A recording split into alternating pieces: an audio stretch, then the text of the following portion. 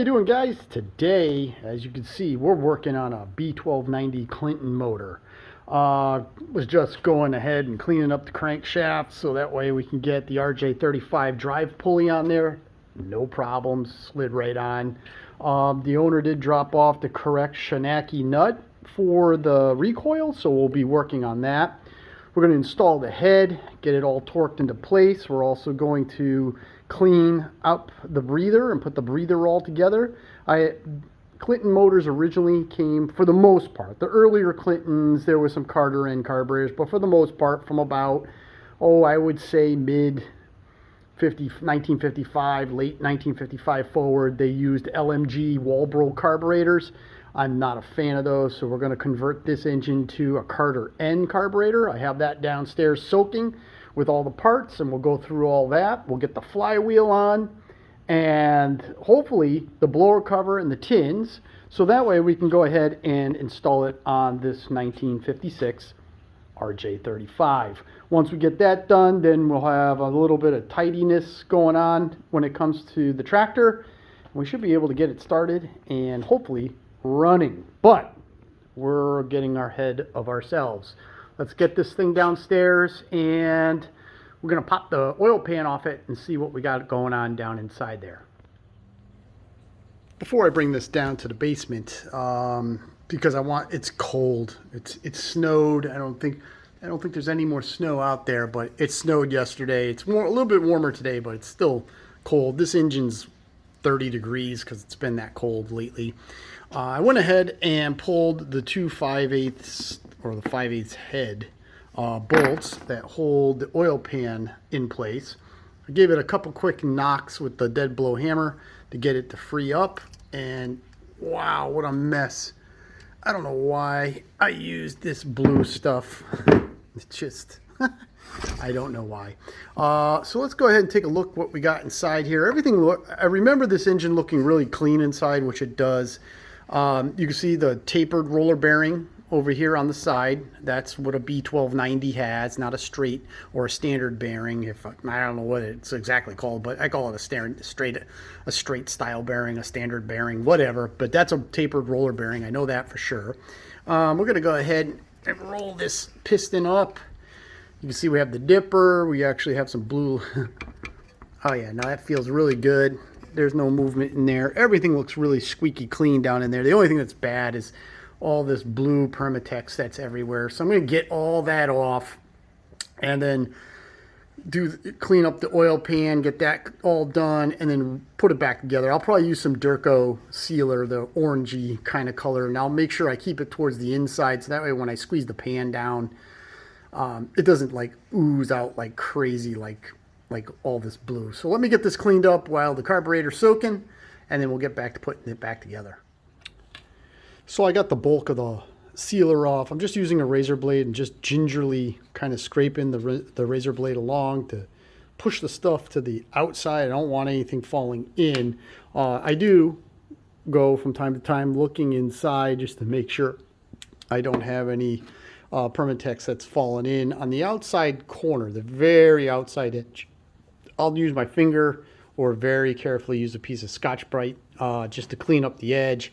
The inside, I'll use my nail or my finger to get the Permatex loosened up, and then I can pick it out one by one, and you know, it cleans up the surface. I'll go ahead and wipe this all down with brake cleaner, make sure it's super clean and dry, and then I'll bring it downstairs, let it warm up, let the block warm up, and we'll reinstall the oil pan. The block surface is clean and ready to go. I just thought I'd show you this real quick. This is a industrial commercial 5 horsepower L-head motor that I started putting together, oh my God, maybe a year and a half ago. It's been sitting right here on the workbench. It's unfortunate because this block was mint. So it's got brand new piston, brand new rings. It's an IC motor, so it's got the cast iron sleeve in it, new valves. I even have a billet rod in it. This would be a killer motor if I could just get to it. You know, the head's all done. I do have a whole series of videos that I have putting this engine together, but they're all stalled because I haven't worked on it. Ultimately, to answer a bunch of questions from people, that Briggs & Stratton engine is the engine I was going to put on my mini bike. I just haven't had a chance to get to the mini bike. I was going to do it this summer, but it looks like the Senior's going to win out on that. But, you know, the seat's done. I mean, the chrome frame's almost all finished. I just got to strip the black paint off of the chrome forks. And then that thing's pretty much all set to go. But that's on the back burner. Let's continue with the Clinton. Just going to take a little bit of Durco sealer here. Just going to wring it real light on the pan, real light on the block. I went ahead and took my little oiler and I dribbled some oil on the crank and the rod, down on the pin. I shot a little bit into the bearings because it's all oiled, but it's been sitting around for so long. So I just went ahead and did that. According to the manual, when we look at the 1200 to 1290, and we look at the base bolts, it's 325 to 375 inch pounds. So using 350 inch pounds divided by 12, it's 29 foot-pounds. So bolts are right there. I'm just going to put, I'm not even going to put any oil on them. I'm just going to go ahead, butter everything up, put the bolts in, and then take the torque wrench and put it at 29 foot-pounds. Going to put together the crankcase breather valve. This goes into the valve spring area of the block. It's made up of a base, a fiber disc, like a cage, and a spring. This brass base actually drops into the hole in the bottom of the valve spring area. The fiber disc goes on top of that. The cage goes on top of all that, and then it's held in or pinched in with the spring. This loop actually goes over or around the stud, and then the spring pressure holds it all in place. Essentially, it looks like this one right here. We have the base, the fiber disc, the cage, and the spring, and as the piston goes up and down, the fiber disc bounces between the top of the cage and the brass base. Now, what makes it a little different than a Kohler is Kohler, right underneath the stud, drills a hole into the bore. And when the piston goes up and down, that's what actually is the valve. The piston is the valve in a Kohler, which controls and releases the crankcase pressure. So kind of a interesting difference between the two engine manufacturers, but pretty simple. So I'm going to go ahead, drop this in. I've already cleaned the breather, so that's all set. And we got the retaining nut.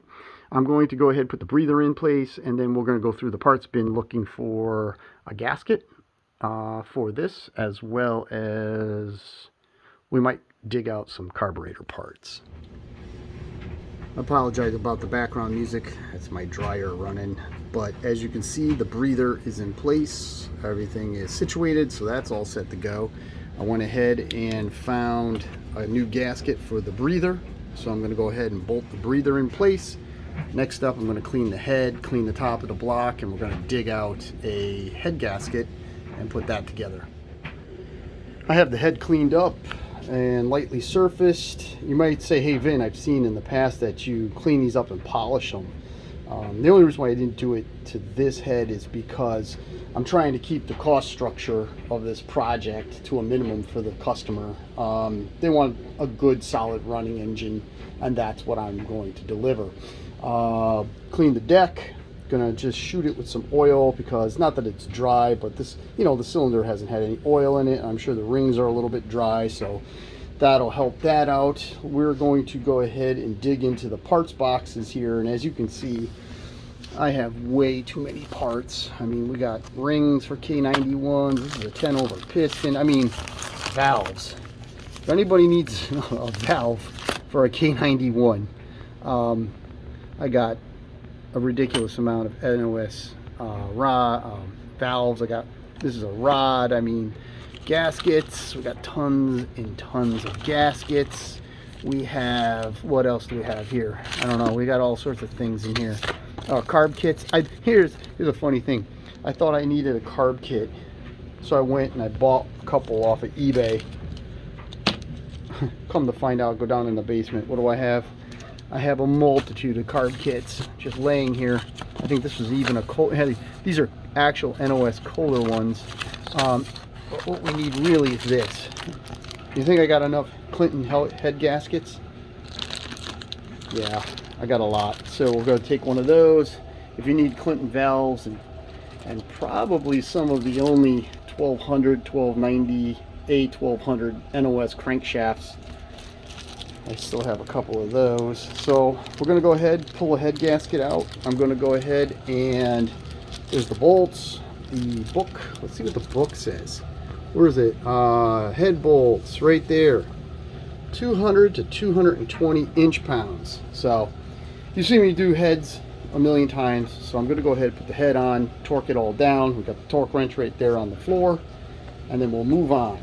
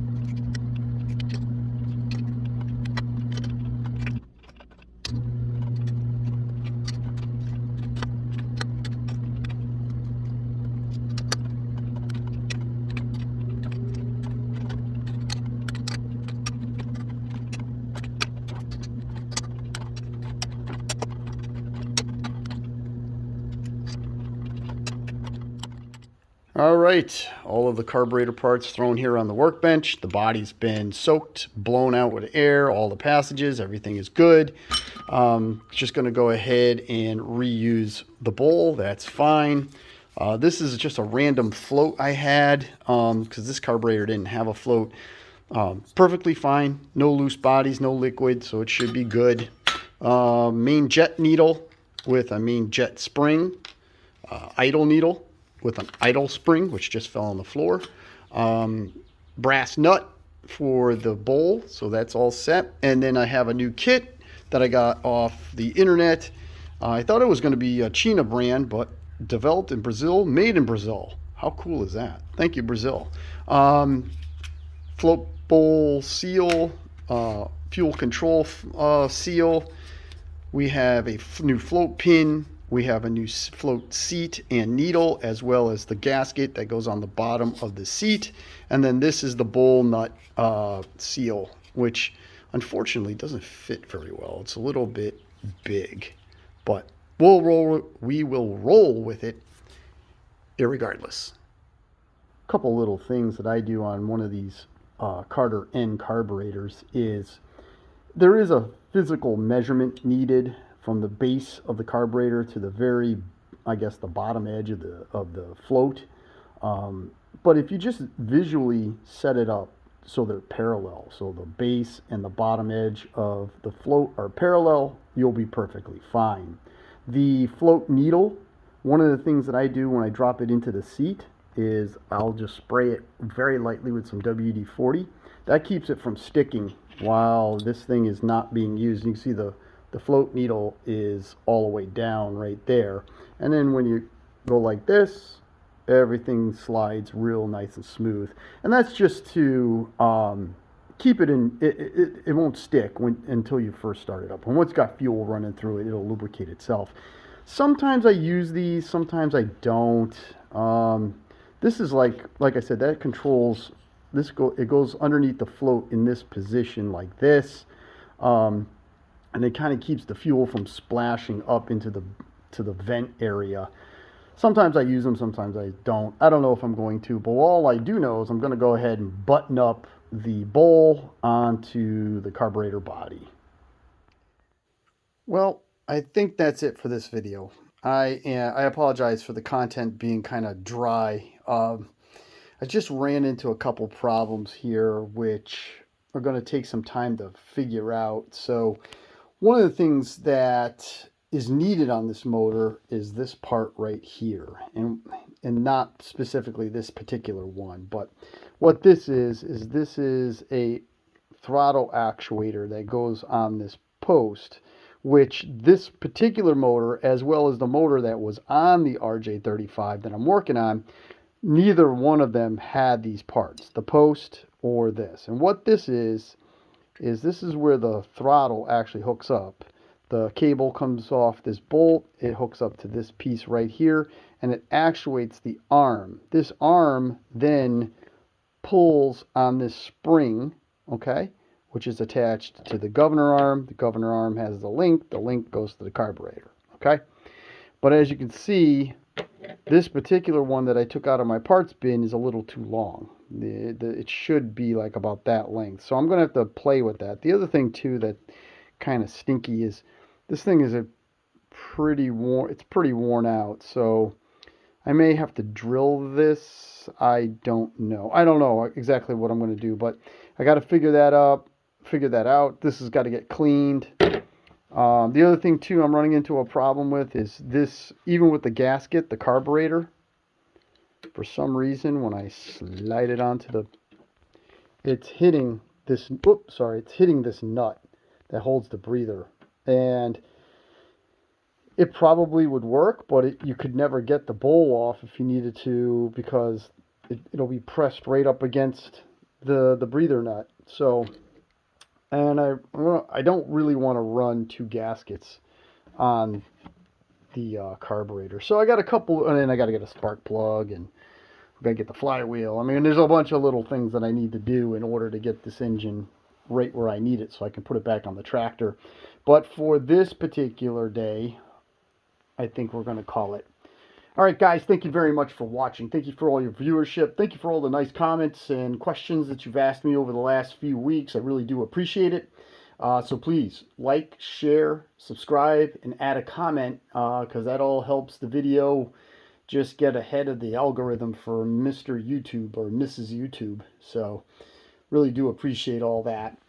So until we get back on this, which will hopefully be next weekend, we'll button it up, we'll bolt it down, and get this thing started. All right, guys. Thank you very much. Have a great day.